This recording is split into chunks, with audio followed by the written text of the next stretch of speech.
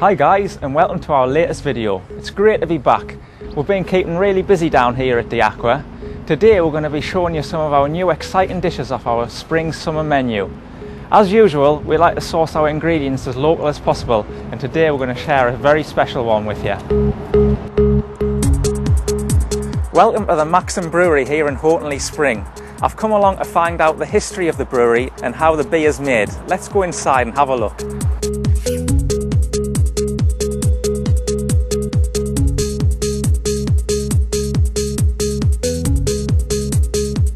Mark, can you start by telling us a little bit of the history of the brewery? Double Maxim was first brewed in 1901 for the return of the Maxim Gun detachment from the Boer War, and is the only true original Northeast brown ale still brewed in the Northeast.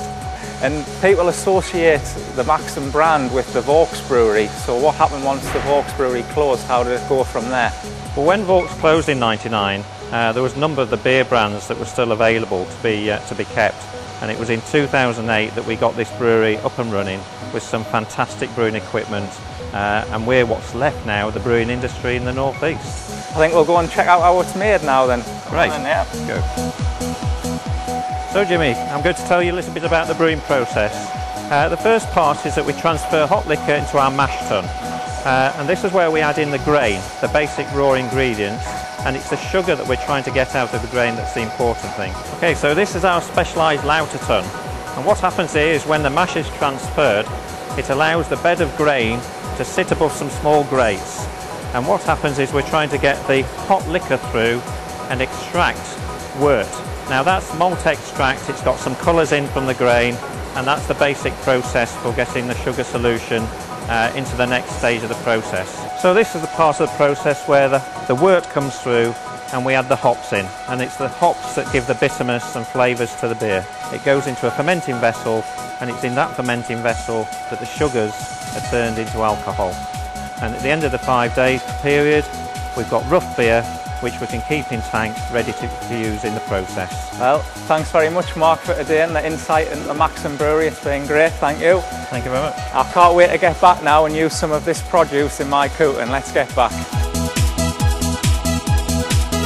So that was a fascinating visit today to the Maxim Brewery. I'm joined by Liam. He's going to help us create some of the dishes on the menu today. What have you got planned? Well, today's chef and me making the black pudding croquettes. They're really popular, and we're using that special ingredient, the Double Maxim beer, for our delicious barbecue sauce. Sounds really good. I think I'll follow that with the king prawn thermidor. It's probably my favourite dish on this new menu. Nice juicy prawns, pan fried, rich sauce, parmesan crisp. And I think we'll finish with that chocolate amaretti torte. Anybody who likes chocolate's going to like that one. But for now, it's over to you, Liam. Black pudding croquettes with a Double Maxim barbecue sauce.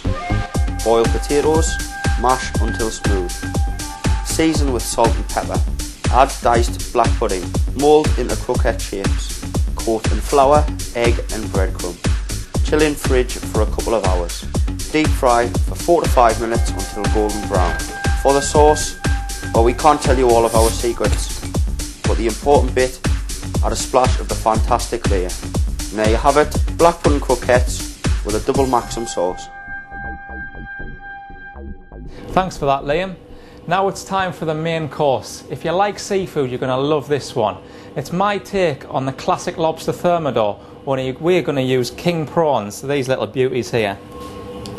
We're going to get our pan nice and hot, a little bit of oil, and a little bit of butter. Remember, that's for the flavour, oil for temperature, butter for the flavour. You can see there it's starting to bubble, so we're ready to put our king prawns in. Let them cook for a couple of minutes on each side, and then we're going to add our shallots. Now at this point it needs to cook for a few minutes, so Liam can crack on with them parmesan crisps. They're very easy, simple to make, but at the same time very easy to get wrong if overcooked. First of all, we need a tray with a little bit baking parchment on, our ring shaped mould that sits nicely on top of the baking tray. We'll now get our parmesan shavings. Take about 3 teaspoons in to the ring moulder. Using your fingers, pat it down gently. It's important not to get this too thin or they won't cook properly in the oven. Again, there you go, and these ones are ready for the oven. These are ones that I prepared earlier. As you can see, they've been shaped over a rolling pin to give it a bit of curvature, and these will sit nicely on top of the salad garnish on the king prawn thermidor dish. So that's now been cooking for a couple of minutes, and we can add a splash of brandy. You'll also get a little bit of a flambe there. Us chefs are used to this, but try to be careful in the house. Now a splash of white wine. You can now add the English mustard. Now remember, this is strong, so you just want 1 teaspoon. That's all we use. Finally, it's a splash of cream and a seasoning of salt and pepper. And you're going to love this if you come and try it. And there we are, we're ready to serve now.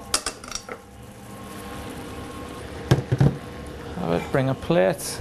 I want to stand them up like soldiers around the plate. It's all about the presentation as well as the flavour. And then the sauce, give it one last stir, and over the top of the prawns. There you have it, king prawn thermidor with that lovely parmesan crisp. Now it's time for dessert. It's mouth-wateringly good. It's probably the nicest chocolate dessert that I've tasted, and I'm going to run through it now with you. It's one not to miss. Chocolate amaretti torte with salted caramel popcorn and raspberry compote. Whiz up the amaretti biscuits. Add melted butter. Set in a tin until firm. Melt double cream, dark chocolate and a splash of amaretto liqueur. Whisk double cream until soft peaks with sugar and fold into the chocolate mix. Pour into a mould and set in the fridge for a few hours. Bring sugar and water to the boil. When golden, toss in the popcorn. Allow to cool on grease-proof paper. There you have it, chocolate amaretti torte with salted caramel popcorn and raspberry compote. Beautiful. Well Liam, thanks for all your help today. It's that time again, the fun part, we'll get to dig in and try it, so get stuck in. I think it's brilliant that we're incorporating that local product in that particular dish. Let us know what you think.